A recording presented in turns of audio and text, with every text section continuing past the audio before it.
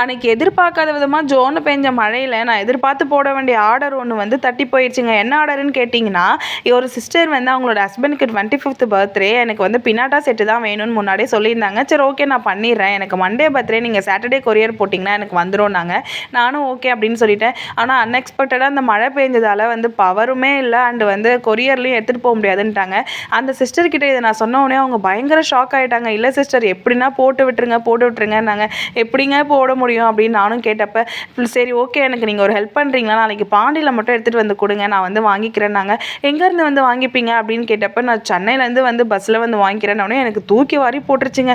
என்ன நீங்கள் இப்படி சொல்கிறீங்கன்னா, அவங்க ஹஸ்பண்ட் மேலே எவ்வளோ லவ் வச்சுருக்காங்க பாருங்கள். இதுக்காக அங்கேருந்து வர வரைக்கும் துணிஞ்சிட்டாங்க. என்ன வர ஒரு 4 மணி நேரம், போக ஒரு 4 மணி நேரம் தான் ஆகும் அப்படின்ட்டு அசால்ட்டாக சொல்கிறாங்கங்க. சரி நீங்கள் இதுக்காக எவ்வளோ தூரம்லாம் வர தேவையில்ல, நான் வேணா ஒன்று பண்ணுறேன், நான் பஸ்ஸில் போட்டு விட்டுறேன், நீங்கள் வாங்கிக்கிறீங்களான்னு. சரி ஓகே என்னோட ரிலேஷன் கூட அங்கே தான் இருக்காங்க, நீங்கள் பஸ்ஸில் போட்டு விட்டுருங்கன்னு நானும் எல்லாமே ரெடி பண்ணி எடுத்துன்னு போய் சண்டே பஸ்ஸில் போட்டு விட்டுட்டேங்க. அந்த சிஸ்டர் ரெடி பண்ணிட்டு ஃபோட்டோவாக நினச்சாங்க. பரவாயில்ல எப்படியும் இருக்கிறாங்க பாருங்கள்.